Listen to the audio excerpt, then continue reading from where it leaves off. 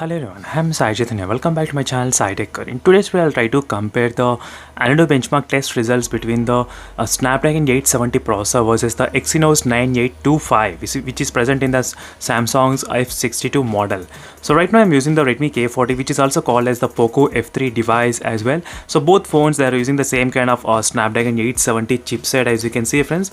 So this is the first time me using the Snapdragon 870 chipset, and in case if you want to download this live wallpaper, so make sure to check the links in description for the playlist.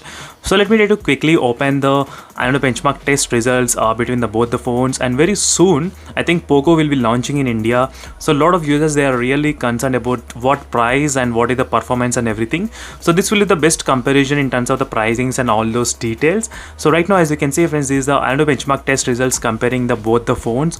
So if you compare the Snapdragon 870 chipset versus the Exynos chipset, which is present in the F62, obviously the Snapdragon 870 is a clear winner. You do get about 6 lakhs of Antutu benchmark test results if you compare with the Samsung's 4 lakhs 63,000. So that's an overall difference of 1,40,000 difference is there between both the chipsets. That's a huge difference, friends, if you ask me, definitely. So in case if you want to buy the mobile phone with a performance oriented or with a gaming oriented, this phone will be the best option.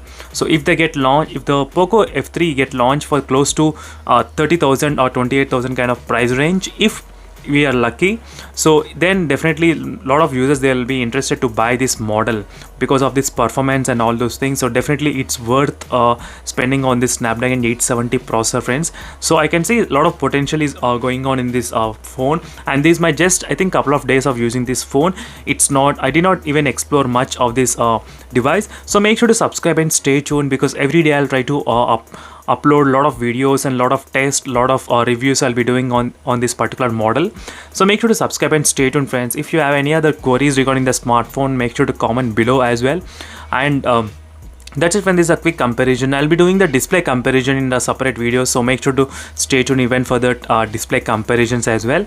So thank you for watching, and see you in the next video, friends. Until then, bye.